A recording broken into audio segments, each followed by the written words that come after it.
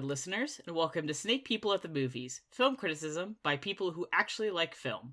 Join us as we dive into movies we love, movies we respect, and movies we wish we could unsee. It's a podcast where we talk about growing up and living queer, nerdy, and depressed, online and at the cinema. For the kids who just like to have fun, it's Sneople at the Movies. I'm Matty. I'm Helena. And I'm Ezra. I guess based on the joke in here, because right before our names, listeners, it says clowns to the left, me, jokers to the right, here I am. I guess that means Helena is the one who's stuck in the middle with us. Yeah. No. Well, the way Helena described it is because of the way it's written out. I'm the clowns to the left, Helena's the jokers to the right, and Ezra, you're the one in the middle. Ah, okay. Yeah, it's which seems accurate based on the way that this episode's going to play out. That is true. I know I'm just here torturing a man in a warehouse. And Yep. It's been a long time since I've seen Reservoir Dogs. I should watch it again. No, that's what I happens. thought you were talking about songs. Oh, no. Anyway. This song is perma associated with fucking Reservoir Dogs for me. Makes sense. Yes. I was thinking of it when I wrote it, but not quite to that extreme, but of course it's always at the back of my mind. Just forever. Forever. Before we get into the topic, let's do the what we steep real quick. I saw Nightmare on Elm Street 1984. Leia and I have been going through slashers, and neither of us had seen that one, and we were like, fuck it, let's do it. And really good. Holy shit. Obviously, the thing with Freddy Krueger is that he is in your dreams, and that's why you can't escape him. Scary. But this movie very much felt like a nightmare. A lot of the special effects they used, a lot of the shots. There's a point where she's running, trying to escape from him, and she's trying to go up the stairs, and the stairs are like some kind of foam or something where she like steps through them and it's hard for her to go up. Oh shit. Like when you're in a nightmare and you're trying to run away from something, you just can't go any faster. It felt like that watching it. I was really impressed. Very good. And then I watched what I'm going to talk about this episode, Dracula 2000, which came out in 2000 if it wasn't obvious. And I'm not going to go into more detail because I have so many notes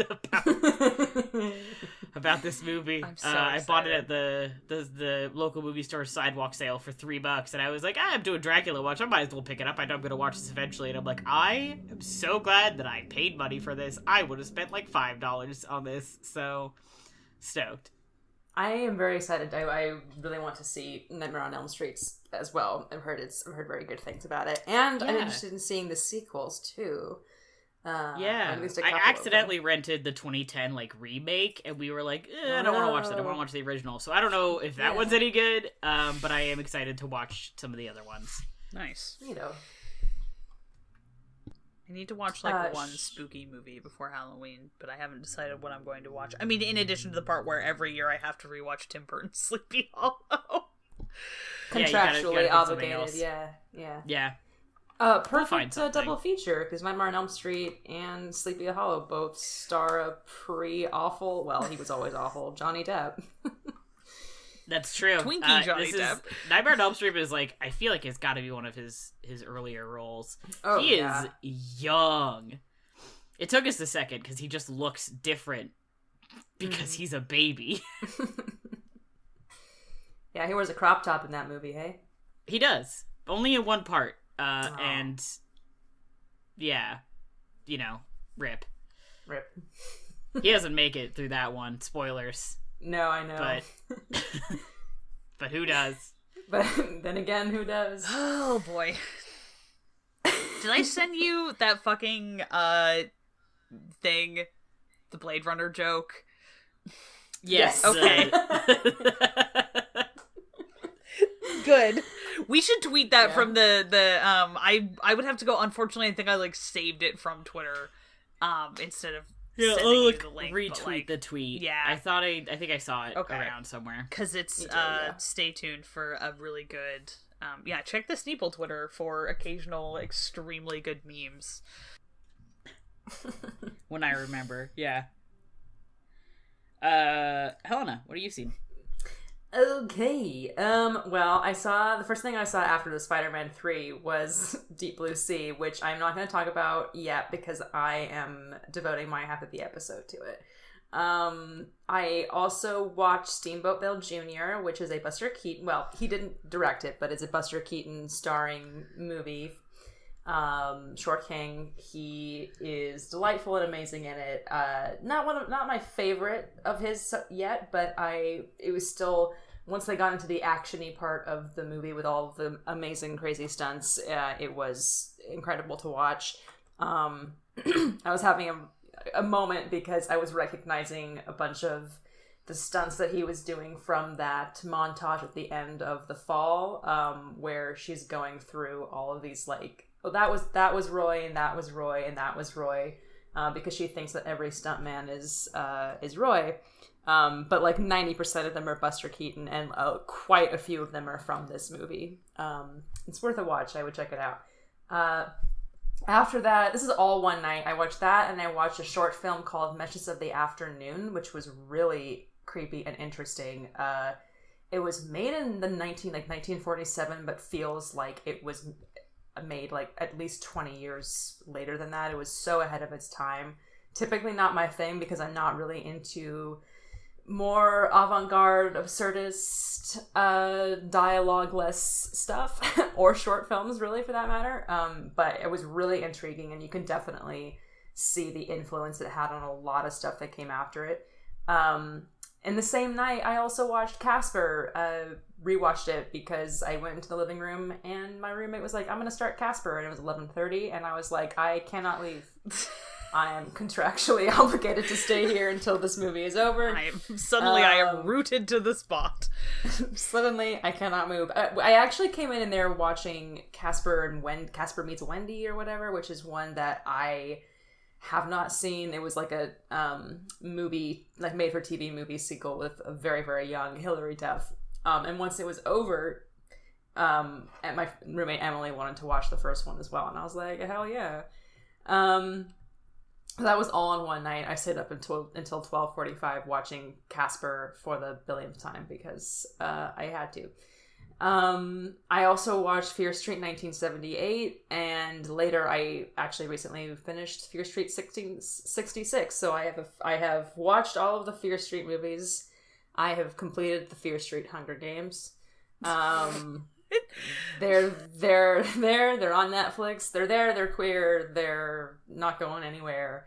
I think they're pretty fun. Again, I don't think they're necessarily doing anything particularly interesting, but I did enjoy myself. So if you're looking for some pretty it's the season.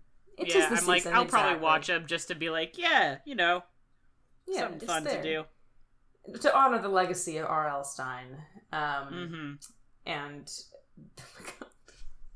I actually have to say this. We've been talking, this is not, I don't think, intentional, because there is, in the original books, there is actually a character called Dina. And in this show, in these movies, they do revolve around the character of Dina, who is in a relationship with another lesbian called Sam.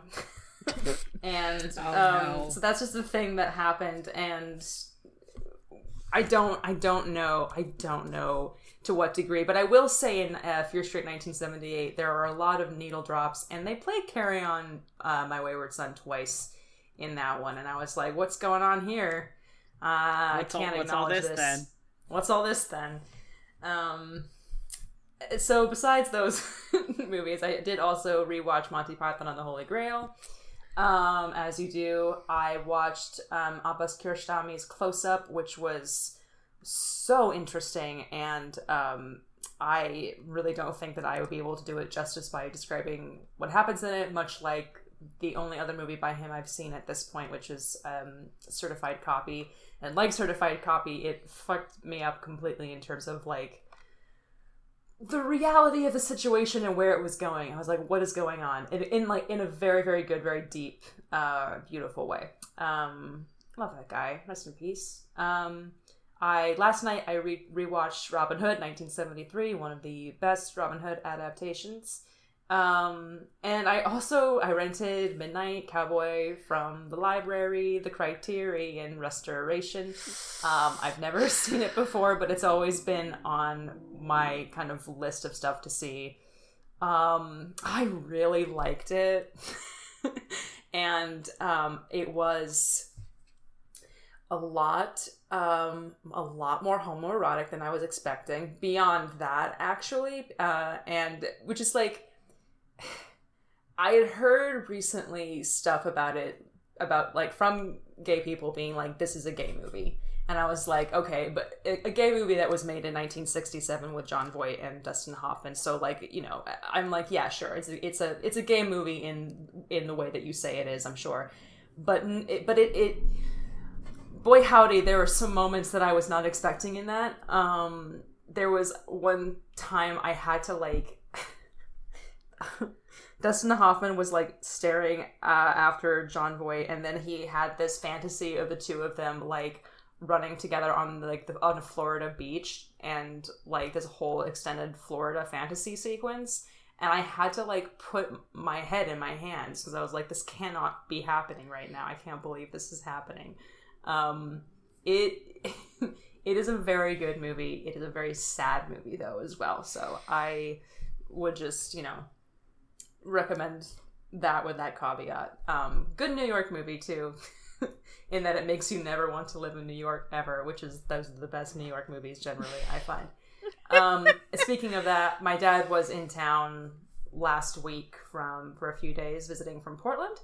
And one of the things that we did was we saw Hadestown together on Broadway the day after it returned. Oh my god. Yeah. It was really, really nice to see that. That's the second live theater I've seen since in a very, very long time. And it was incredible. They were incredible.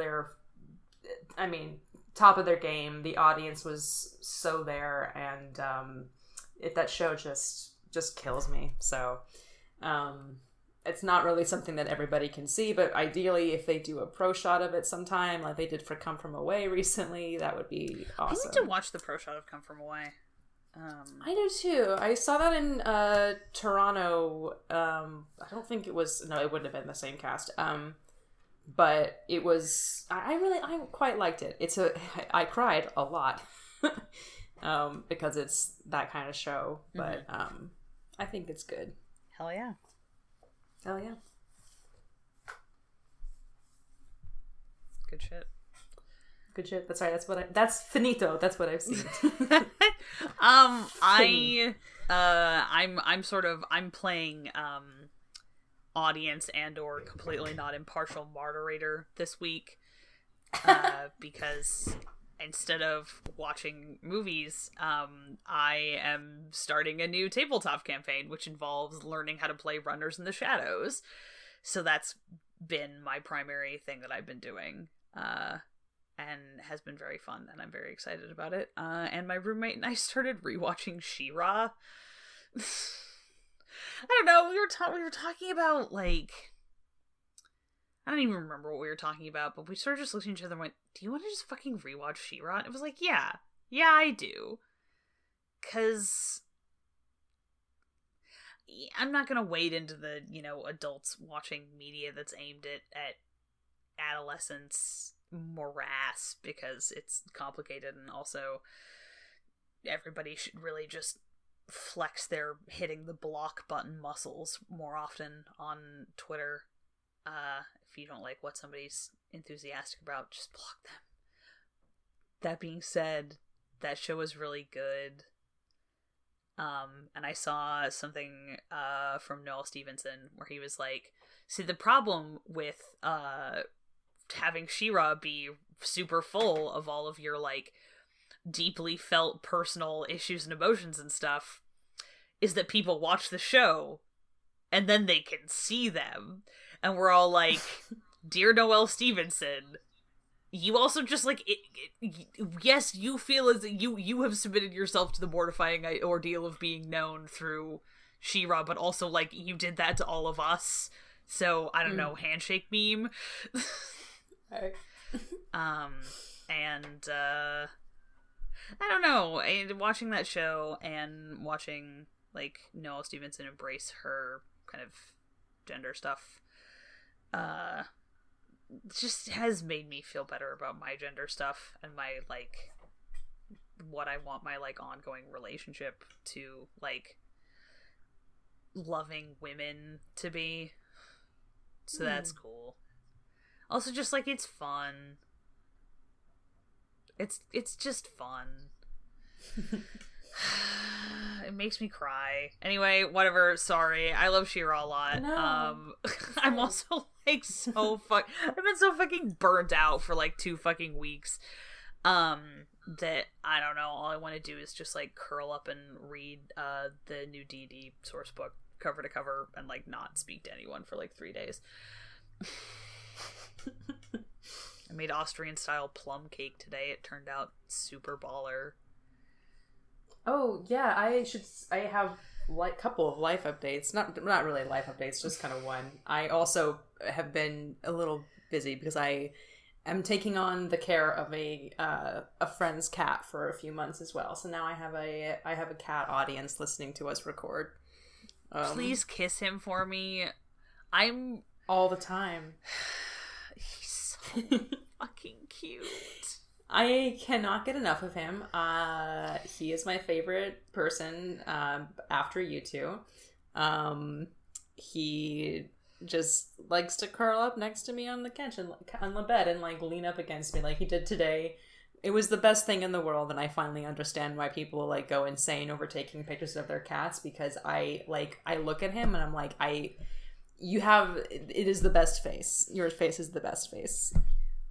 He's very cute, and he's very cute. He has that light colored cat thing where he has incredibly pink little beans. Mm-hmm. Like the saturation on the pink of like nose and toe beans is just exquisite. Anyway, this is a podcast about movies. It's also a podcast about how much we love cats. Yeah, it's about many things. Because it is. I don't make the rules. Gosh, I guess I proposed this topic as, can we talk about deeply stupid movies? Mm-hmm. Solely because I saw Deep Blue Sea and I was like, I cannot stop thinking about this movie. And Matty, you have been watching some films. Yeah, I've watched some stinkers recently. So I was gonna originally talk about Dracula 3000, the one in space, and then I saw Dracula 2000. And there's a twist to this movie that I have yet to reveal to my co-hosts. And now I'm worried I've built it up too much, but so, like, don't get your expectations lower, but dude, it was also the funniest thing that has ever happened to me. So I'm really punchy and also have been confronted with the final nail in the coffin of Great British Bake Off really isn't that good anymore. No. It just, the magic is gone. Because Paul Hollywood sucks. Prue doesn't give a shit, and the pairing of Noel Fielding and Matt Lucas, while they are funny on their own, is just the wrong dynamic for this show. Mm-hmm. I do miss Sandy a lot. Sandy was the sweet spot for me. I mean, obviously Mel and Sue were perfect, but like if we couldn't keep Mel and Sue them, were perfect. Noel and Sandy had the right dynamic. I'm sorry I'm talking about this now instead of earlier. No. Somebody on Twitter, and I don't know who did the original post, so I can't credit them, but they're a fucking genius, was like, no. The thing about Great British Bake Off is that you have to have, or really any good comedy duo, you have to have a Bert and an Ernie. Yeah. And sometimes, really good comedians or really well-established pairings, they can, they trade off. Sometimes somebody's Bert, sometimes they're Ernie. It goes back and forth. That was Mel and Sue. The problem with this is that Noel Fielding and Matt Lucas are both Ernie. Yeah. Like, one of them will try to be Bert, but it doesn't work. Yeah. No. And I think I do like Paul Hollywood, But he needs a co-host that is sweet enough to balance him out. Yes, definitely. Which is what Mary did. Yeah. Is he also needs a better co-host. Yeah, he needs, there needs to be more of a contrast there. Yeah. Yeah. The new Bakers are great, but I was just like, oh man, God, the like actual like recurring talent on this show has just gone so far downhill. Anyway, tragedy. So it goes. It's still Bake Off, but you know, maybe if they had this show in the in Dracula 2000, we wouldn't have these problems. I don't know. I don't think it would have changed anything. I think everything was inevitable. Now, so do we want to get started with Great Blue Sea? Or do we want to get started with Dracula? Also, I'd like to postulate a fun little game here. Posit, I guess is the word I want. Doesn't matter. Z, since you didn't bring a movie, which is fine, you don't have to. I would like to suggest both Helena and I described our movies as maybe one of the best movies of all time. I think that you should pick which one is the best movie of all time after we describe okay, sight unseen. All right. No. Yes, based entirely on this is Debate Club. I have a slight advantage as I was actually in Debate Club, but but we'll see. I mean, I'm just not gonna... insane. So the source material may be stronger. I mean, I'm already kind of in favor of Dracula 2000, but I will still do what justice I can to Deep Blue Sea. Yeah. So go ahead. Please explain the plot of Deep Blue Sea. Okay, well, I'm going to read this paragraph here I just wrote out, first of all. Deep Blue Sea was made in 1999, and it is maybe the greatest movie ever made that came out on July 28th, 1999. The biggest box office draw here, top billed, is Samuel L. Jackson. He is here. Swedish patriarch and father of untold sons, Stellan Skarsgård. Underrated, Michael Rappaport is here. And LL Cool J, who, he's a bit of stunt casting, but he's also one of the most entertaining and also unkillable characters in the film. Repeatedly getting himself into situations that he should not be able to get himself out of, and does so anyway. He dethrones and attacks God multiple times. He is separate from most of the characters for most of the movie because he is, well, everybody else is kind of involved in the science part of it. He is the chef on this research station, this floating research station where the majority of Deep Blue Sea takes place. And like another very famous chef at sea, Long John Silver, he has a pet parrot who does not make it to the end of the movie, tragically. We have to watch this parrot get eaten by a shark. Types in, does the parrot die into my search bar? I can tell you firmly the parrot does not make it. It is a very, very good action sequence in which Cool J is LL Cool J is in his kitchen, which is slowly being flooded because of, well, reasons which I will explain very soon. Trying to get away from these sharks, and he tries to make the parrot come to him, but then the parrot will not do it and eventually gets eaten by the shark.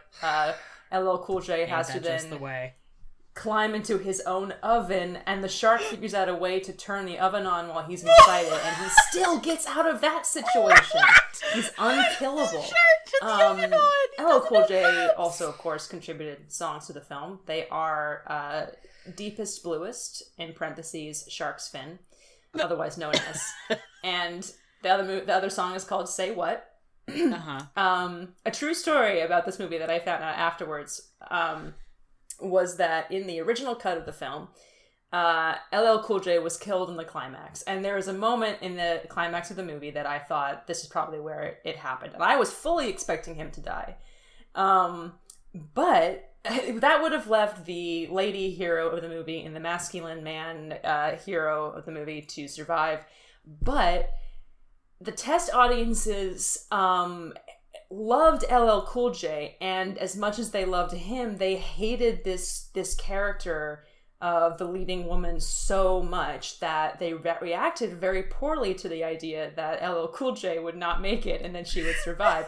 This is not just like misogyny talking, because you watch this movie and she's legitimately kind of a villainous character, and she is extremely unlikable, and her delivery is very bad. She is not entertaining to watch. Whereas LL Cool J is a fast-talking, praying, floating chef at sea who was awesome and unkillable. So understandably, I like that makes complete sense to me. So they reshot the ending of the movie. Yeah. They reshot the ending of the movie so that he survives this attack, and she does this heroic sacrifice of a sort, even though she didn't really need to sacrifice herself that much. It's so funny that one of them had to die. Like one of them had to go. We can only have 2 people survive at the end of this movie. We don't have the budget to have 3 people survive. It's like. Can you imagine if you? Yeah, just like the Hunger Games. Can you imagine if you played a character in a movie and you were going to live and test audiences hated you so fucking much that they reshot the end of the movie to have you die? Yeah, I think I would just end my own career. That's rough, dude. That is something that occurred to me when I was reading that. Like, that is, I really hope she wasn't offended by it. I mean, I really don't think, well, it was partly her fault, but there wasn't a lot that she could do with the part. It was just like, she was so unlikable. And the thing is, too, is that literally, like, every other character in this movie, I think, is really likable. And we all have to watch them, like, kick it in, like, numerous gruesome and hilarious ways. And then to be denied the most annoying character in the movie, the most unlikable person, to be denied their death maybe kind of feels like a cheat. So I kind of understand why one of them had to die, leaving masculine man Thomas Jane, played by Thomas Jane, to survive along with LL Cool J, like the end of Jaws. just like the end of Jaws. Just like the end of Jaws. Or the end of The Thing, actually. Or the end of the thing. So it's slightly more hopeful. Yeah, I was going to say, are they like enemies at the end of Deep Blue Sea? Okay, then it's more like Jaws. True. It is actually like very, very much like Jaws because LL Cool J delivers the killing blow. There's something like he harpoons him, and there's like an electric current attached to the harpoon, and the shark blows up like at the end of Jaws. So it's literally cool. Like and then Thomas Jane, the character who Thomas Jane plays, floats back to the barge as they're floating, and this boat comes to pick them up. So it's literally like the end of Jaws. I mean, I love Jaws. You know, I love Jaws too. But with LL Cool J sounds like a really good movie. Yeah, imitation is the sincerest form of flattery. Yeah. Thomas Jane plays this guy who's like this very aquatically gifted. I don't know, he has some nautical past. Maybe he was like a pirate or something. I don't know. Because you never find out. She's like, there's all these hints about him being like, you have the most to lose, like you can't, like doing a really terrible English he's gonna lose his boat scholarship. I know everybody here like he has from the boat team. He has nothing to go back to, I think, is the implication, which leads me to believe that he is a convict of some kind. But they never go into too much detail about it. So he's a pirate. So I think he is a pirate or some kind of smuggler or something. Oh and she's like, she hates being attracted to him because she's a doctor, and she's like, he's the Han Solo of the ocean. Yes. He's the Han Solo of the ocean, Matty. That's exactly correct. Oh god. There are some other characters. Michael Rapaport plays like the other comedic relief besides LL Cool J, who's like a friend of Thomas Jane, who's kind of character I can't be bothered to remember their names. And it's kind of sad because I was like, I'm so not interested in whatever the two, like, the heterosexual leads got going on that I attached myself to, like, the really beautiful platonic relationship between Michael Rapaport's character and Thomas Jane's character. They had a beautiful friendship. So, I mean, I haven't really...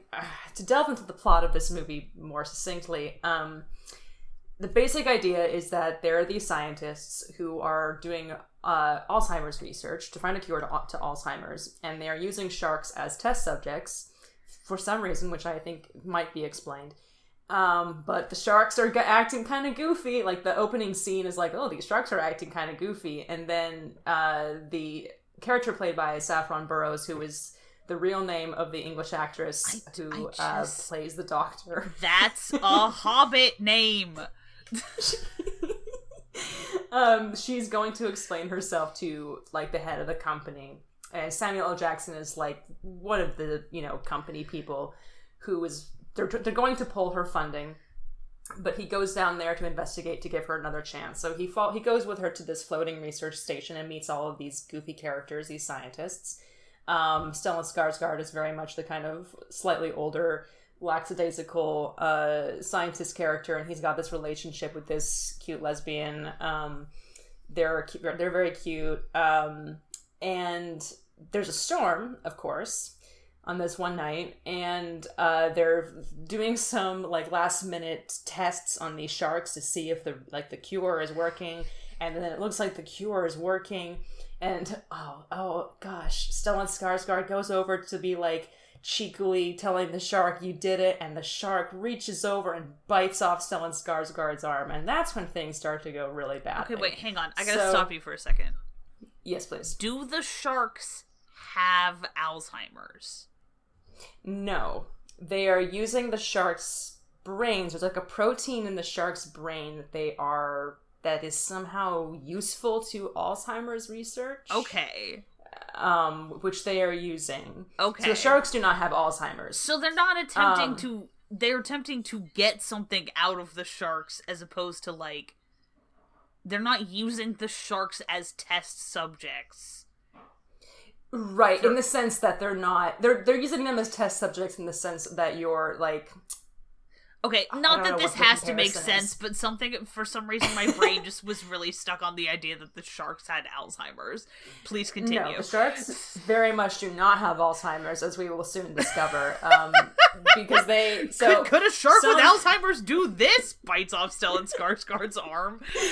This happens. They try and get Stellan Skarsgård out of the station by getting a helicopter in them and helipadding him out of the station. At the last second, this is all important because it causes the chain reaction, which is going to define the rest of the movie. In the middle of the storm, as the helicopter is trying to get him out of there, the sharks pull him back into the water while he's strapped to this, like, floating hospital bed or whatever. And they, like, pull this, like, because he's, like, attached to the helicopter, somehow, in the way that those things are attached to helicopters, and they use that as leverage to pull the helicopters through the water towards the research station, blowing up the radio tower. So the sharks blow up the radio tower, and the helicopter that was going to lead Stellan Skarsgård to safety. So the whole station above is exploding, right? That is an obstacle above. And then while they are all in kind of the big underwater main research station with a big glass window, we see a shark use Stellan Skarsgård as a human torpedo to break open the big glass window. In order to also flood the research station and for the sharks to get better access to all the scientists. Okay, this movie sounds rad as hell. This is the thing. When somebody was jokingly said on Letterboxd, like, this is the only movie to win the award for best use of Stellan Skarsgård as a human torpedo, I was like, that doesn't really happen. Buddies, it happens. This is a thing that happens in this movie, and I'm very, very glad it does. Yeah, that is the main conflict of this film. What the fuck? The special effects with the sharks, which involve mostly animatronics and CGI, are very bad. Just really, really bad. If you Google, there is a GIF out there of Samuel L. Jackson's famous death scene, where he is eaten by a shark in the middle of delivering a monologue about how they're all gonna, like, get out of there and survive the thing. The shark comes up from behind him and snatches him mid-monologue. It's really sad. And you can just kind of see that the sharks do not look very, very good. That's okay, though, because I know that they were trying really hard. So I don't mind it so much. No shade to the props department on this one. No shade to the props department or the special effects department. They're working with what they had. Yeah, everybody dies in numerous gruesome ways, gets their bodies bitten in half by these sharks, which it turns out that this is why everybody hates this character. His name is Susan, the doctor who everybody hates. She and I guess somebody else, but I think mostly her. They couldn't really do proper research on the sharks with the size that the sharks' brains were as they were. So somehow they had to increase the size of the sharks' brains somehow and make them smarter. Which is why the sharks have been acting like this, because the sharks are now like very, very smart, and that's why they're able to like attack the station. I also love American classic flowers for Algernon. Let's see. Wikipedia is like they say this. Okay, Susan confesses to the others that she and Jim is Stellan Skarsgård character, genetically engineered the sharks to increase their brain size, as they were not large enough to harvest sufficient amounts of the protein complex, which is what they were using in their tests. This had the side effect of making them smarter and more deadly. So that's what happens to his sharks. This happens in shark research all the time. You'd be surprised how often checks notes you increase a shark's brain size and they start throwing people through windows. Yeah. It just happens. Just more often than I think people are willing to admit. The government, the government. Government doesn't want you to know about the government. So much stuff you don't know. Area 51. That's just the floating. That's just where they keep the sharks. That's where they keep the sharks. Okay. Keep the smart One of the boxes at the end of Indiana Jones is actually a portal to the research station in Deep Blue Sea. Oh, anyway, God damn it.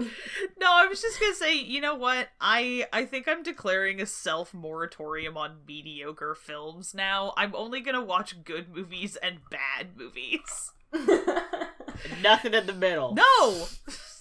Waste of time. I better not think, that was alright. Afterwards, I better either think that was trash or that was incredible. Yeah. The only thing I have time for agreed, anymore. Ezra.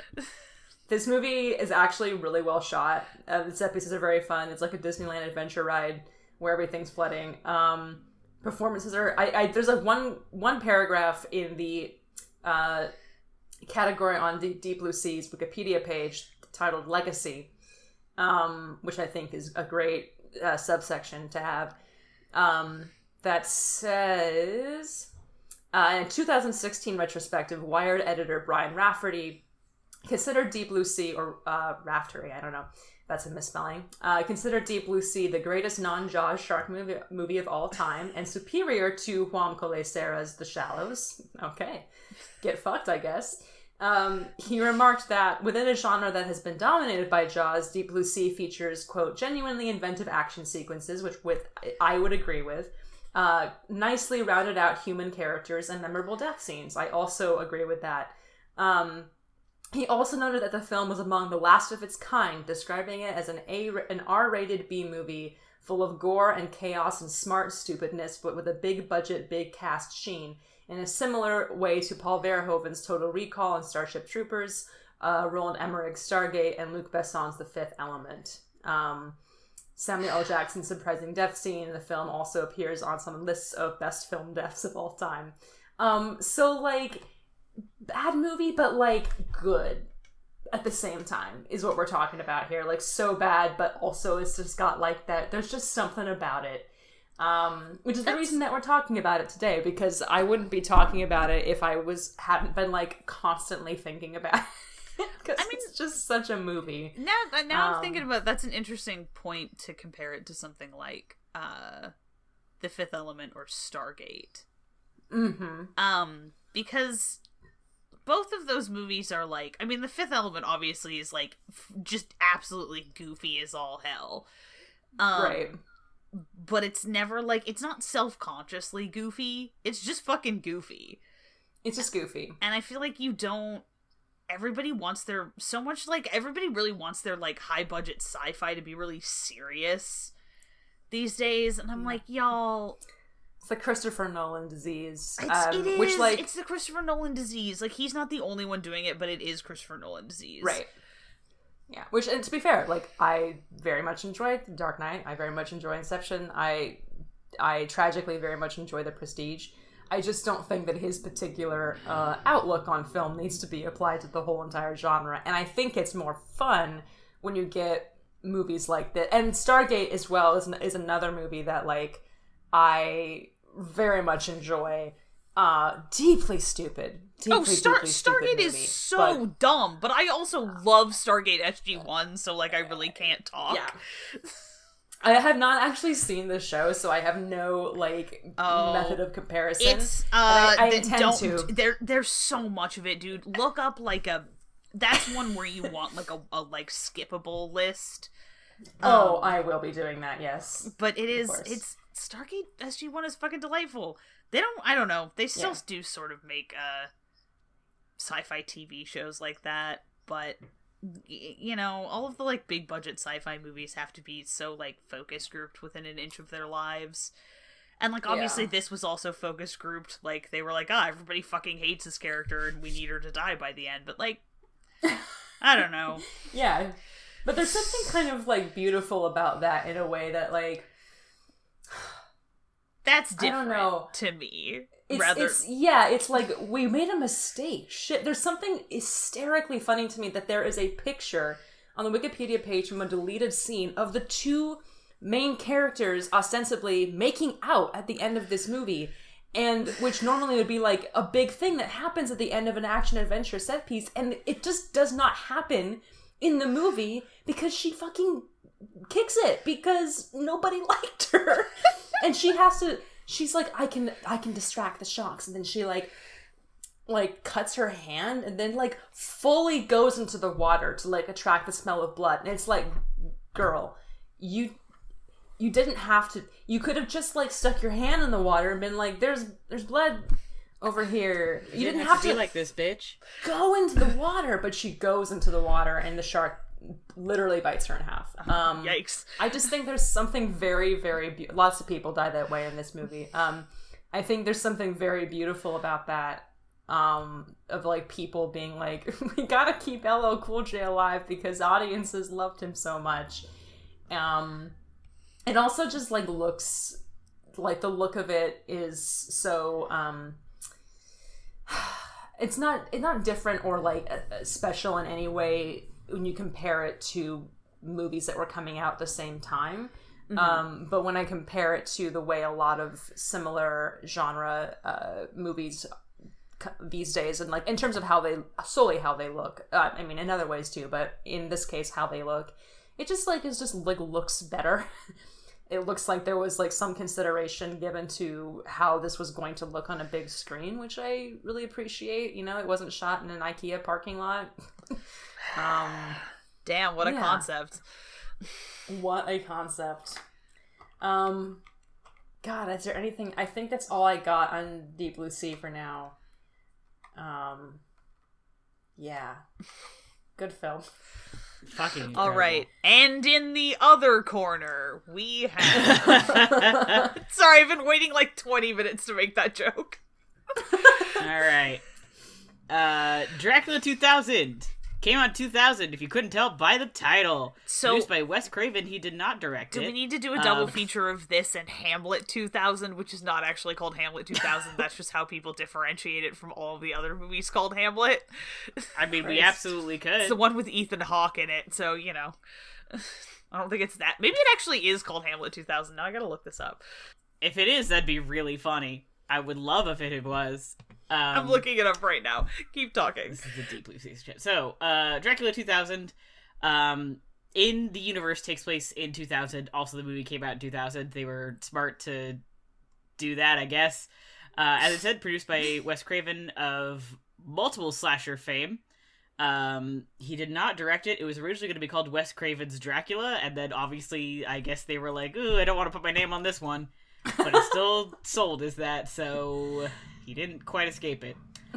Features Gerard Butler as Dracula. I don't remember when Phantom of the Opera came out, but clearly he was just going through a phase around this time in the early 2000s. Is that 2003? It came out 2004. 5? Okay. Right in the middle, I'm guessing. Yeah, so this was the beginning of his goth girl boyfriend phase where it's men that you shouldn't fucking date under any circumstances. He has really bad hair. They keep trying to make Dracula hot, but they don't actually make him hot. Like, they're like, oh, isn't he sexy? And I'm like, no. It's bad. Johnny Lee Miller is in it, and he is hot. He also kind of has a bad haircut, but it's a forgivable one. He plays an antiques dealer turned vampire hunter. Christopher Plummer is Abraham Van Helsing. Yeah, the Abraham Van Helsing. He's been alive this whole time. Because Dracula, which thought you'd seen the last of me. He spends like 20 minutes of this movie pretending to be like his own grandson, and then just gives up the ghost right away. Oh my god! Because he has Dracula in a vault in his basement. Because the book Dracula (parentheses) which exists in this universe, yeah. end parentheses, got it wrong. Dracula didn't die. Because he cannot be killed.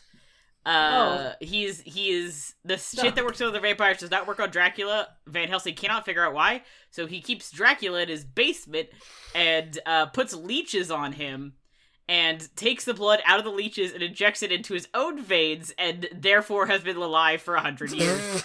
Makes sense. Yeah. That all tracks.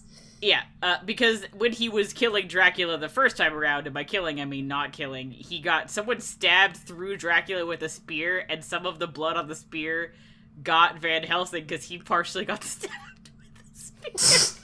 Yeah, I remember that part in the book Dracula. Yeah, so anyway, so it's him.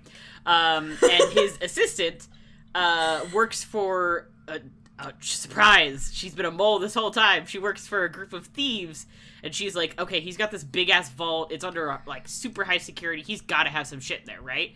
So this team of ne'er-do-wells does a heist, and they steal Dracula. Because there's fucking nothing in the vault, it's all like stupid antiques, and they're like, this is bullshit. But there's this coffin. Why would he keep a coffin down here? It's got a dead person. And then a couple of the geniuses in there are like, no, it's got to have gold in it, because why would he keep a coffin down here for a dead body with all that security? It's just got to be another trick. Two of the people in the group die immediately to booby traps because his vault basement with Dracula in it is booby trapped in a deadly manner. This is within the first 15 minutes of the film. Okay, first question, Matty, is when are you gonna run a Monster of the Week module based on this? Immediately. Immediately. Oh god, we're hunting vampires! Oh my god, we are! So you go to there's a vault in front of you. This is what's in the fucking basement of the bar? Yeah, exactly. You caught me. My note, and then Justin Waddell? Not sure. Waddell? Justine Waddell, probably. Plays Mary Heller / Van Helsing. Van Helsing's daughter, who was born with vampire blood because, as you may have heard earlier, her dad has been shooting vampire blood to his veins for 100 years, so she got part of that in the mix. Right. This is not the most insane part of this movie, it's just one of the most insane parts of this movie. So Dracula gets stolen, he's in a plane flying to the Americas, because this starts in London. And Van Helsing's like, fuck my Dracula, and he leaves. And Johnny Lee Miller's like, why doesn't my mentor such father figure trust me? I gotta go after him and figure out what's going on. As they are flying in the plane, Dracula is freed from his coffin and turns everybody on the plane mid-flight. Oh my god. And the plane crashes in a way that is actually similar to the Demeter, where the guy who was flying the plane, like, straps himself to... Which is cool. This movie actually opens up with a brief scene of the Demeter, which I think is... So if you haven't read Dracula, you could be like, oh, wow, parallels. Which I thought was actually kind of cool. I do love Demeter. Love that bitch. Yeah, they don't... It's not enough Dracula adaptations, so I was like, oh, I love that they put that... Just slid that one in there. the news and so forth are like, oh fuck, a plane just crashed. Let's get all these bodies to the like nearest small town and we'll figure out what happened to them. Oh no. Everyone comes back to life as a vampire in this small town right as Van Helsing shows up and is like, oh shit, vampires. And then Johnny Lee Miller's like, hey, what the fuck is going on? And he's like, no time, we have to kill vampires. So they kill a bunch of vampires. 2 of them escape. 3, including Dracula. And later they're in a car, and Johnny Lee Miller's like, hey, what the fuck is going on? And Van Helsing's like, hey, so you know how I was talking shit about Dracula the book earlier? I am the literal Van Helsing, and that was the literal Dracula. And Johnny Lee Miller tries to leave the car. And it's the funniest shit. And it's like, yeah, man, I get it. I would have tried to leave that car, too. Meanwhile, there's some things you just decide in the moment. You're like, I'm not cut out for that. I can't be the protagonist of this situation. No, he tries really hard to leave. He's just like, I can't deal with this. He just lady birds it. Yeah. Meanwhile, Mary lives in New Orleans and works for Virgin Music. You can tell because they have several scenes shot in the music store and everyone's wearing shirts and clearly they paid for advertising. And she's been having nightmares and visions about Dracula like her whole life, and they've recently started coming to a head. Who knows why? She sees a priest about it. This priest is Nathan Fillion. He's in like 2 scenes. All right, then. Moving right along. And she is estranged from her dad, Van Helsing. Her mom has been moving around her whole life, and she doesn't know why. But the visions have been getting worse. And it is around this time that Van Helsing and Johnny Lee Miller show up in New Orleans. Are like, okay, we have to find Mary because we think he's looking for Mary for some reason. It's because she has vampire blood. Anyway, and so they do. There's a couple of like, oh, we just missed her, and like, oh, she doesn't believe me kind of scenes. Johnny Lee Miller kills his first vampire. Good for him. And the newscaster who is reporting on the plane crash gets turned into a vampire. She comes back later. She's played by Jerry Ryan. Yay! They all show up at Mary's house where Mary lives with her best friend Lucy, who's named after the Peanuts character in canon. She says that to Dracula right before they fuck. And she's played by Vitamin C. Unfortunately, Johnny Miller shows up too late, so does Mary, because Abraham Van Helsing got to the house before either of them did and died off screen and got shoved under Lucy's bed. Oh. Oh boy, okay. There's a very cool scene where one of the hallways upstairs turns into this, like, one of her visions has this hallway turns this long red hallway with, like, blowy curtains. And the assistant from the very beginning of the movie, as well as Lucy and the newscaster, turn out they are the 3 brides of Dracula. And the 4 of them have this very interesting scene where they try and figure out why Mary is so important. It's because she was born a vampire rather than was bit. And that's why Dracula is so obsessed with her. Okay.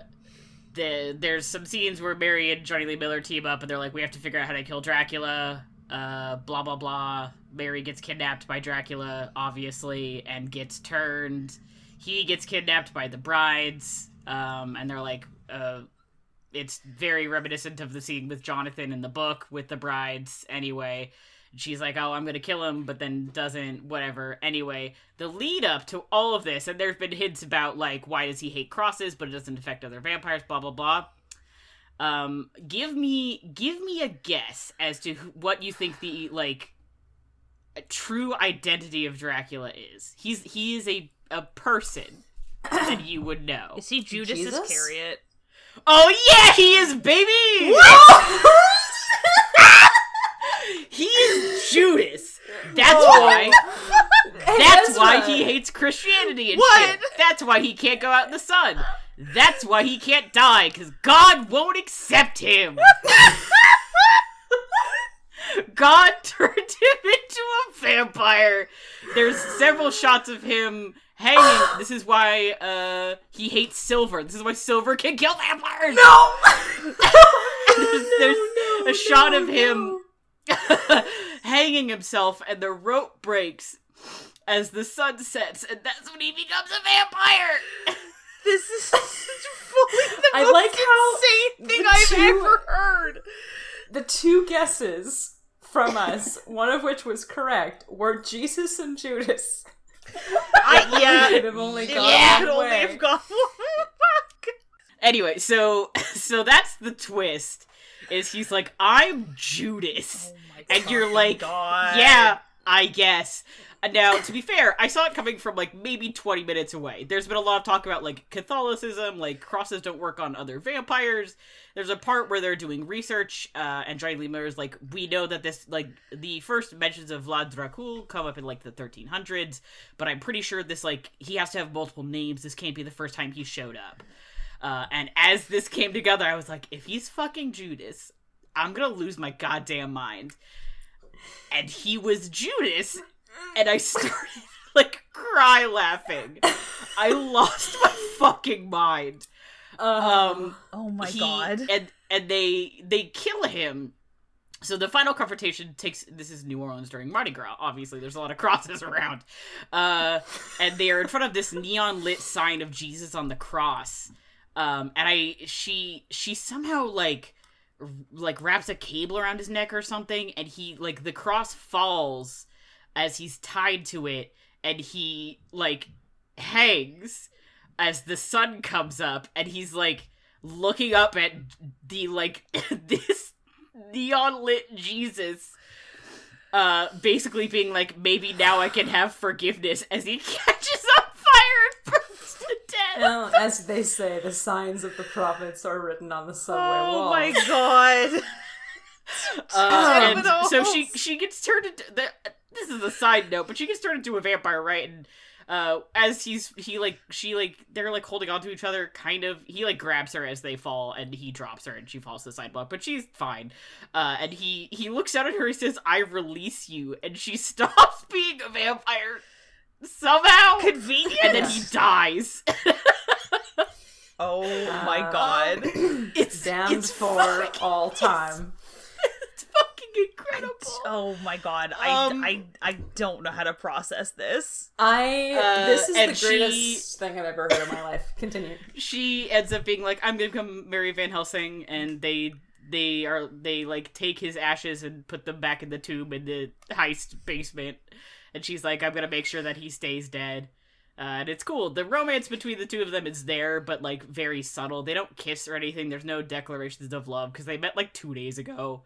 But there's a sweet moment where she's like, why are you helping me? And he's like, well, your father saved my life. I was nothing, and he turned my life around, and I can't ever pay him back now, but I can help you. And then he, like, gives her a sweet smile, and he's like, or maybe I would have done it anyway. And it's like, oh, that's cute. Aww. You know? Mm-hmm. Like, it's not, like, over the top. It's very nice. And there's a lot of, like, it's very B-movie. There's a lot of, like, corn syrup blood splashing on stuff.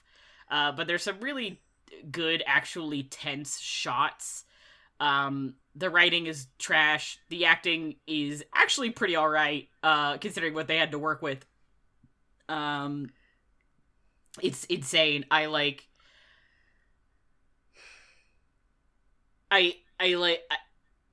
Even now, I'm like, this movie baffles me. I can't explain it, but... When you said the words... That's why he hates silver, because he's Judas. That the coins. I feel like I could have bought just, like, I mean, the idea of him being Judas, I'm like, okay, that's insane, but also, alright, sure. But the thing about him and the silver, really, I'm having a hard time. Not that within the realms of this universe that they have created where Dracula is Judas Iscariot, does that make sense? Absolutely. The logic is there, yes. It's just the reality of it is causing something to not quite move forward in my neural synapses. Do you understand now, like, when I watched this movie, I was like, I need to talk about this movie on the podcast because I need you guys to understand what the twist of this movie is. have to stand now.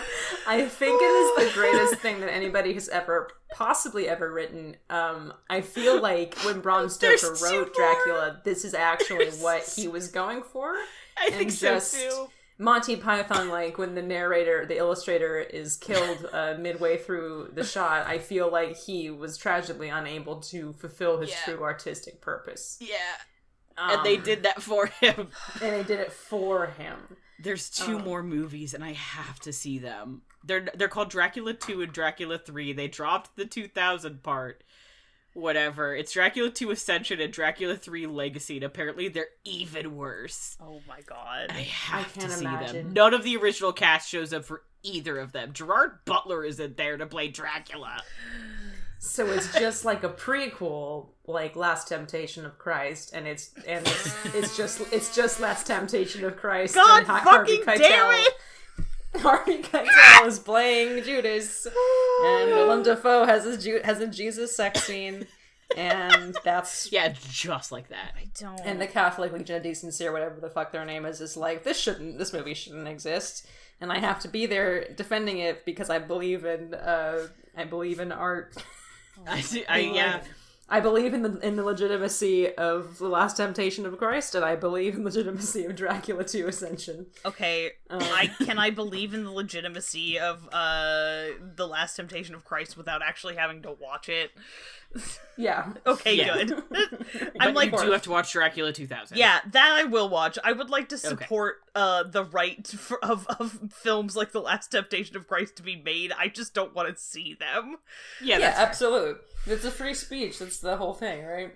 I respect your opinion, even if I disagree or do not want to hear it or witness participate in it. Yeah. Oh my god.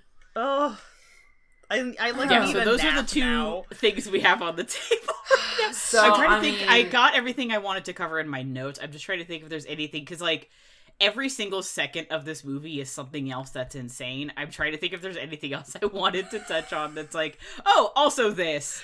I mean, Googled, Dracula walks into the record store and literally every woman is like, he's the sexiest thing alive, and I'm like, he's not though. Yeah, but this movie I will say made this in is 2000. Like, yeah, it's I don't know if he would have been hot in 2000, but people were really invested in trying to convince me know. that I wanted to bang Gerard Butler at that like.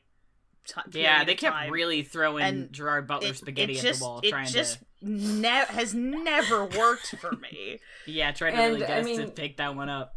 Consider the Hamlet adaptation that we previously mentioned at the top of this, before this began, does contain a to be or not to be monologue set inside a video store. So I think the vibes are there for Gerard Butler to succeed in a situation such as this. I mean, we have to watch, it's not unfortunately called Hamlet 2000, that's just an internet Hamlet fandom thing. Yes, there's an internet Hamlet fandom, yes, it's embarrassing, yes, I used to be part of it. Oh, we knew this, I know you're saying that for the audience, but yeah, we all knew. You all knew. But I would just like to note, mostly for Helena's benefit, that I'm pretty sure Claudius is played by Kyle MacLachlan. I was just about to say, unfortunately, I'm actually obligated to see this movie because Claudius is played by the very sexy, very tremendous, very appealing and wonderful, has his own wine label, Kyle MacLachlan. Star of Dune, star of Stage and Screen, star of America's Sweetheart. America's Sweetheart, Kyle MacLachlan. Kyle MacLachlan. He plays Claudius for sure. Steve Zahn plays Rosencrantz, which is very funny. I was just looking up the cast, not to stray too far from the plot. Sam Shepard plays Hamlet's father. Julia Stiles, of course, plays Ophelia because this movie was made in the year 2000. Bill Murray plays Polonius. Liev Schreiber plays Laertes, which actually sounds pretty great. Oh, that's fun. That part I have to admit sounds like legitimately baller. Yeah. Jeffrey Wright plays the Gravedigger. Casey Affleck plays Fortinbras. Get out of here. Sure. Yuck. Tim Blake Nelson plays the flight captain, which I guess is the character in... the modern equivalent of the captain at the beginning of scene 4, right before How All Occasions Do Inform Against Me. Oh, yeah. Who's like, some little patch of land that hath no stomach. Yeah, blah, blah, blah, blah, blah. Don't need to go into that. Yeah, sounds like a very interesting film that was indeed made in the year 2000. Much like this one. I did Google Nathan Fillion in Dracula 2000. He did not mention that he was a priest who wore glasses. Oh, yes, sorry. I said at one point that he was a sexy priest. I figured that was kind of inferred. Oh, yes. Okay. Fair. I think if I did my math right, he's like 29 in this movie, so he's like our age, which is so nuts. Oh, that's this bizarre. is prime Nathan Fillion. It's kind of implied that he and Mary, like, had a thing before he became a priest, which is, like, so fun. I get it. I get it. I get it, yeah. Move over Andrew Scott. We got the OG hot priest here. Exactly. Yep. This was... I'm doing a Dracula adaptations list on my Letterboxd. It's the only thing I'm actually ranking. And this is solid number 3. Beat out some other people. I was like, no, this is the modern Dracula adaptation. It lost points because it is not loyal to the text in any way, shape, or form. No, it certainly isn't. But got points in every other category. So... Now, a couple things. It won it back. I do notice that Omar Epps is also in this film. He looks like he's playing one of the heist people. Yes. So shout out to him. Also, there's a lot of names, a lot of people in this. Because that's how movies are made. But like, there's a lot of people. You look at the list, you're like, oh, it's that guy. Yeah. I do also appreciate that this is very similar. At least part of the concept of this is very similar, as I was saying when you watched it, to what little I know of the Stephen Moffat Jekyll TV show adaptation, which also involves the book Dr. Jekyll and Mr. Hyde being a real book within the universe. As the only person who has seen both of those pieces of media on this podcast, yes, unfortunately, there are similarities to be drawn. I thought it was just screamingly funny when I was like, Van Helsing, you asshole. I don't know how broad, because one of the opening scenes is John Lee Miller and Christopher Plummer just looking at different antiques. Their thing is they're antique dealers. They buy and sell them, whatever. And some of them he keeps for his collection, right? Sure, whatever. Mm-hmm. And somehow Dracula comes up, like the book. Oh, it's because he keeps his last name. And so the implication, he's pretending to be his own grandson, and Abraham Van Helsing did exist. He's Matthew Van Helsing. Oh, Matthew Van Helsing. Yeah, so different. And I think it's so funny where he's like, that Irishman made up all that shit, and he, like, I don't know why he dragged my grandfather's good name through the mud like that. It's like, bitch, that's you.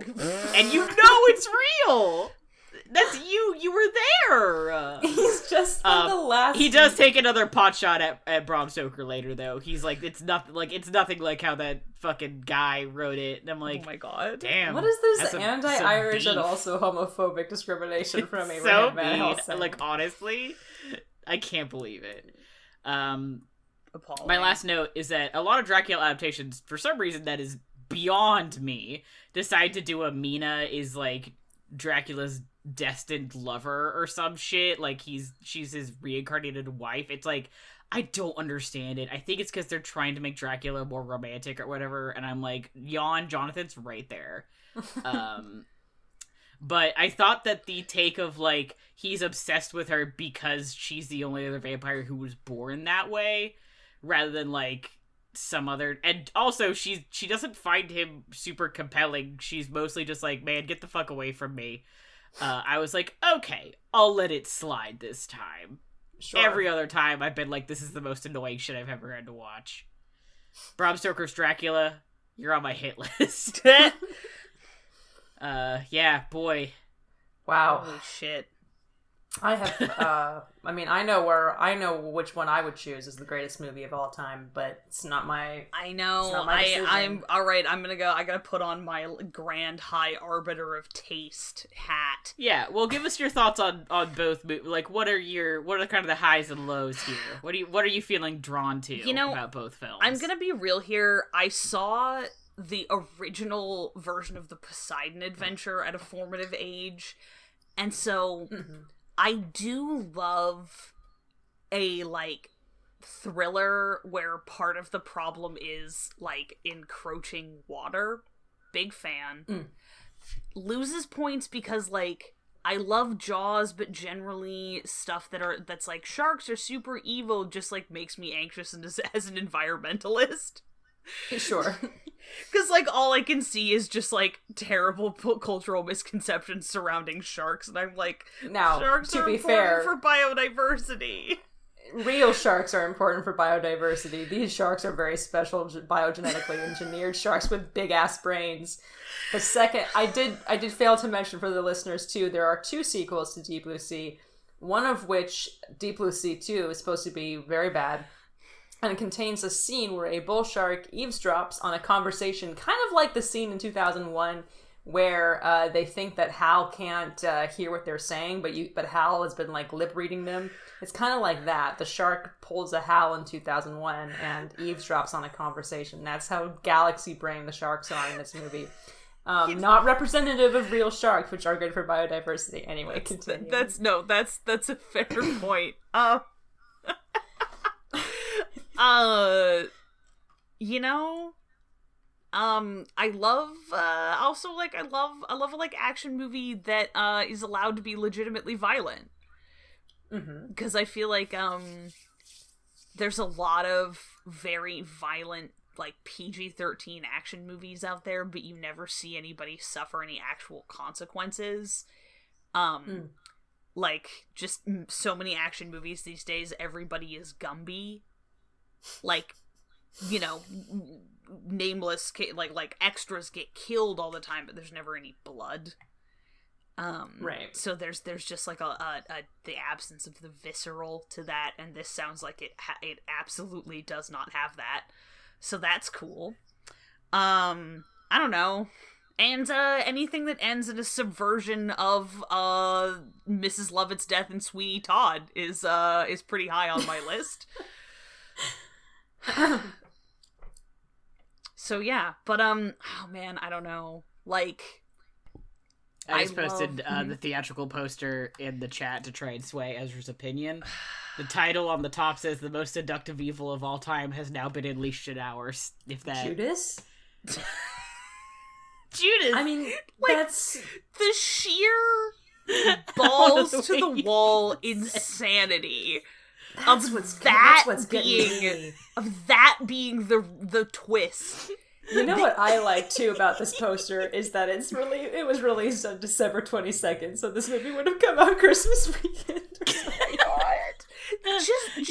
There are families that went to go see this on Christmas. The audacity. Yeah, this is what I mean. Clearly, that means that this is the perfect Christmas present to, because this is before Goyim decided that they could appropriate my cultural decision of going to movies, Chinese food in a movie on Christmas. So now you have to get a fucking reservation for a Chinese restaurant on Christmas. Go home and spend time with your horrible families.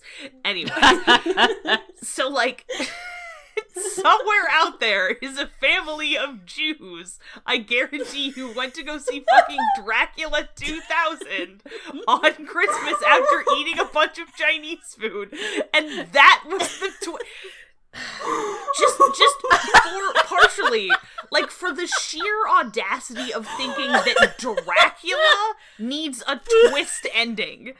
Dracula.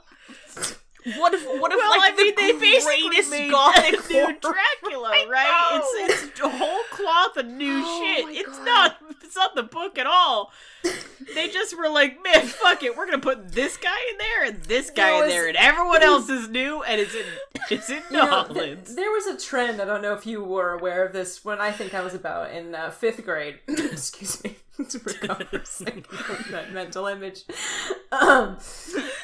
Where it was like, I don't know what it was called, but it was like taking books that you no longer had need for, and you would do stuff with it. You would make craft objects out of it. You would cut things out of it and color and do all sorts of cool things. It was kind of before they tried to sell it back to us in the form of Wreck This Book.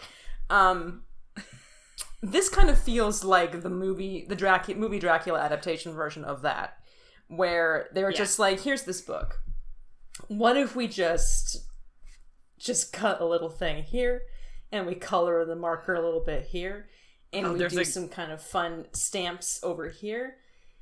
You know what I mean? Yeah. I just remembered that there is a Dr. Seward in this movie, and he's in one scene, and he dies, like, immediately. Oh, no. And he's not cute. Oh, no. That's so many sins that they've committed. Amongst the biggest sin of them all, which I think you know what that is.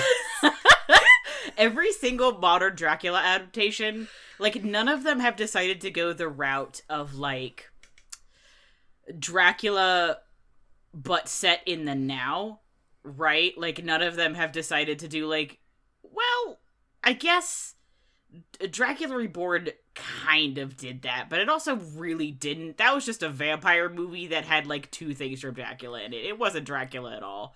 Right. But none of them have been like, this guy is a real estate agent and Dracula's trying to move to London or whatever. They're all like that kind of movie where, like, what if everyone had kids and this is set 20 years later, but instead of Dracula having a kid, it's just still Dracula. I don't understand. Like, I don't know. I just fucking remembered in Dracula 3000 that Dracula's wearing, like, a Halloween vampire costume. That movie is also insane. It's just not as insane as this one. Oh, God. Watching Dracula adaptations is a nightmare. It's like my own personal nightmare. But sometimes I just find gems that are like trash, but like so good. Oh man. I just don't know. Truly. I mean, I think we need to run a poll on this on Twitter. I mean, I can't decide. I mean, here's where I'm at. I know this is not my duty to be arbiter, of course. No, but like we could add our opinions to this decision. This, in terms of quantifying which one of these is the greatest film of all time, the Citizen Kane and the Godfather of the AFI poll, of our own special AFI poll, if you will. Yeah. Neck to neck. Deep Blue Sea to me is like, it's not a good film, but it is a movie that I think has some really strong promise, where I'm like, there's a good movie in here. Yeah. Whereas Dracula 2000, forgive me if I may say this without having seen it, does not sound like in any way a good movie, but is so completely batshit insane that it's almost a performance art, where I feel like that in of itself makes it the greatest movie of all time. Almost like, not intentional, because I do not believe it was intentional. No, disagree. I think that the insanity that this movie is doing is 100% on purpose. This guy made Scream. Like, this guy, I know he didn't write it. He produced it. He had a solid hand in it. This team looked at this movie and thought, we are going to make a B horror movie that is so nuts and so fun, and it's going to rip. Like, I don't think they were trying to make a quality piece of film, but it is on some fairly solid cinder blocks of, like, there's nothing about the craft, besides the story, obviously, that is distractingly bad. Right? Mm-hmm. Like, the acting, the cinematography, all of that is, like, serviceable. Some of it is actually pretty good. But most of it is just, like, fine. Because it is all there to showcase one of the most batshit plots I've ever seen. And I feel a little bit like I'm Charlie Day with the Mail. Pepe Sylvia, But I think it's on purpose. So this is not an example of shooting for the moon and ending up amongst the stars. This is an example of shooting for the maw of dread Cthulhu in the darkness between the stars and fucking hitting a bullseye. I think so. That sounds very appropriate.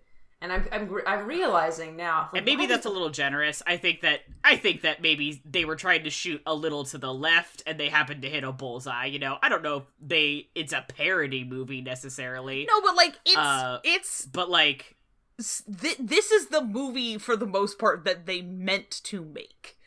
Oh, yeah, they were making a B-horror Dracula adaptation set in the year 2000, and by God, that's what they fucking made. You know? Wow. This does remind me a little bit of, now, Van Helsing, which would be a good double feature. I was literally thinking about Van Helsing as I was watching this movie. Yeah. For obvious reasons, of course, but mainly I'm thinking because of the hinted plot element of Van Helsing that's like, we think maybe Van Helsing is the Archangel Gabriel. Fuck! Possibly. Okay. I need Dracula, Judas Dracula, and Gabriel Van Helsing to fight so bad. And also, I need just random ass Dracula and old man Van Helsing to fight. Like, I need to separate the pairs and swap them. I can't deal with it. It would also make a good pairing with the Da Vinci Code as well. Explain. Well, it's... No, I had this earlier. I did have this earlier. Well, Da Vinci Code relies on this whole thing about how the character, whose name escapes me, who was played by Audrey Tautou in the movie adaptation with Tom Hanks, is a descendant of Jesus, a direct descendant of Jesus. Yeah, sorry, I've never seen those movies. No, one of the foundational really came from lore things. For me. One of the foundational lore things of the Da Vinci Code is that Jesus fucks. Jesus fucks, and the Catholic Church, the dirty Catholic Church, is trying to hide that from all of us. That he was like married. That he was like married to Mary Magdalene or whatever, and they were like supposed to be like, the true thing was like they were like the embodiment of the like divine masculine and feminine, and then the church was just like, oh, like Wicca we shit. Can't do this. Yes, and there's two living the Priory of Sion, which is the supposedly evil cult in the books, is the cult that has been destined to protect the living descendants of Jesus Christ, which is the Holy Grail. That's the real Holy Grail because the Grail is the cup shape, it's the womb, whatever, the womb of Mary Magdalene, yada yada yada. So I'm saying with this that the Holy Grail is people. Yes. Yes, it is just like Soylent Green, in fact. Soylent Green is people, Holy Grail is people. And so property. That sounds quite similar to the triple feature plot of Dracula 2000. Also, the thing about how like the whole thing at the end of Da Vinci Code is that like we know where Mary. Oh, Holy Grail is also like the tomb of Mary Magdalene, which is underneath the Louvre. In case you didn't know. Which he figures out at the end of the movie. Because kind of like Van Helsing having Dracula in his basement. Because it's the fucking pyramid, big pyramid, and then there's like the inverted pyramid, except the fucking, like the Louvre pyramid is like so modern, and they're like, this is where the tomb, I'm like, did they just have it under the palace? That the French the signs are all there. We're like, the signs are all there. I hate everything. She lies beneath I feel like the there's some people out there who saw the Da Vinci Code, and that was a track to being into like QAnon level conspiracy theories. That I read that book so many times. It is the stupidest book in the world. Me though. It's so dumb. But I love. I love shit like that. I mean, we all love National Treasure, though, so I guess none of us can talk. No, but I think the thing is that my theory is that if you were super into the Da Vinci Code, you either got into QAnon-level conspiracy shit, or you got into tabletop role-playing. Because, like, you just... bullet there. I know, shit. Right? But, like, if you think, you know, it's like, you get to write all these bizarre... Like, if you want, you can, like, write and have people solve these, like, bizarre, elaborate plots, where they're, like, you know, getting to, like, go, like, do archaeology that, like, solves mysteries and shit. It's true. That's why I didn't give a single... Not to go too far off, but I didn't give a single shit about the supposed romance in the Da Vinci Code. I did not give a fuck about that. Oh. The part that I reread over and over again was the scene where, whatever his name is, the character was played by Ian McKellen in the film, describes the whole like thing about the Holy Grail conspiracy to Langdon and the French chick. And is going into like, here's what this inverted thing represents in the Last Supper, and you're like, you're just like losing your mind because it's all such bullshit, but it's so fun. Yeah. I mean, and then they made fucking Angels and Demons or whatever, and it, like, is extremely trash, but Ewan McGregor plays a sexy priest. He does do that. And also, there's it's just interesting, because I just finished watching, of course, Fear Street. There is an actor in those movies who is now playing a young Robert Langdon in the Da Vinci Code prequel, The Lost Symbol, on Peacock. The what? Good for him. The Lost Symbol. The what? Yeah. He's doing that. I'm not going to be watching it because I'm not shilling out for Peacock Plus or whatever the fuck it's called, but I mean, there are ways around that. Yeah, he's definitely. I think it's nice to see him in things. I think he's good, but it's like, oh boy. And I also, sorry, excuse me. I've been sitting here kind of mindlessly chewing on Sour Patch Kids as we record, which has provided me with an extra boost. I work at a bookstore, obviously, in case you didn't know, and I did see a mass market of the Da Vinci Code on the table where our mass markets are the other day, and I was like, oh boy. We're still going strong on that, huh? But all this to say, I think this would make a very good double feature with Dracula 2000. I think we should watch. I'm convinced. The Da Vinci Code, Dracula 2000, and Van Helsing. Agreed. All right, part 2 to this episode where we do that. Oh God. Okay. No, I won't commit us to that. That sounds like an absolute insanity. I want to do it anyway, but like. I know. Although, do you know do you know which two people we'll are do in it over the like Da Vinci 3 Code days. adaptation? Do you know which two actors are in there? What? Paul Bettany and Alfred Molina. Oh Christ. Yeah. Uh-oh. Fuck. Yeah. I wonder if that's on Netflix. I might go watch that right now. Look, I am so dangerously close to just going on a, like, Alfred Molina thirst watch. He's not that sexy in this movie, but I don't care. Will respect you if you do it. No, he has personal charisma. That just does it for me. I respect you. Oh God. I mean, I love dragging myself on this podcast for the audience of primarily people who know and love me. So my fucking Shadowrun character, I was like, okay, can I just be really self-indulgent for a hot minute? And just basically make this character look like Alfred Molina with the Doc Ock sunglasses, but better hair. And everybody was like, honestly, why not? Chase your dreams. So also, I mean, he's a troll, so he's like 7 feet tall. But we don't need to talk about that. Yeah, I'm gonna see if I can get a portrait commission. Anyway, we are so wildly off topic. And I have. So I think the Deep Blue Sea and Dracula 2000 are both the greatest film of all time. I was gonna say, choose between my children. Yeah, why pit two queens against each other? I have found my Grand High Arbiter of Taste hat. It fell behind my dresser. You know how it is. I'm not called upon to make these decisions very often. Really just do be like that. It's sometimes. largely a ceremonial position. But yeah, like the end of Mean Girls, I'm going to split this plastic crown in half and hand part of it to each to Deep Blue Sea and Dracula 2000.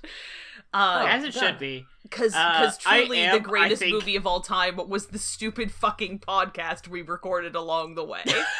Yeah. Oh, beautiful. I think I am gonna run a poll on Twitter after this episode drops to be like, absolutely. So what do you think, though, after listening to this episode? Can you please let us know? So if we get any hits, I'll share the results.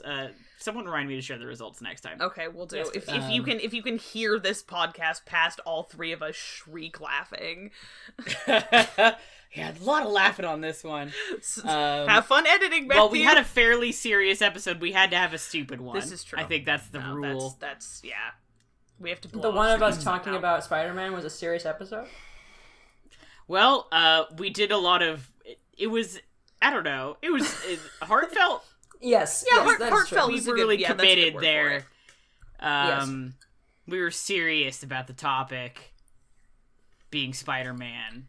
I mean, I am very serious about this topic. I'm very serious about Spider-Man.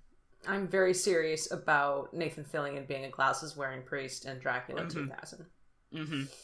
And I'm very serious about LL Cool J.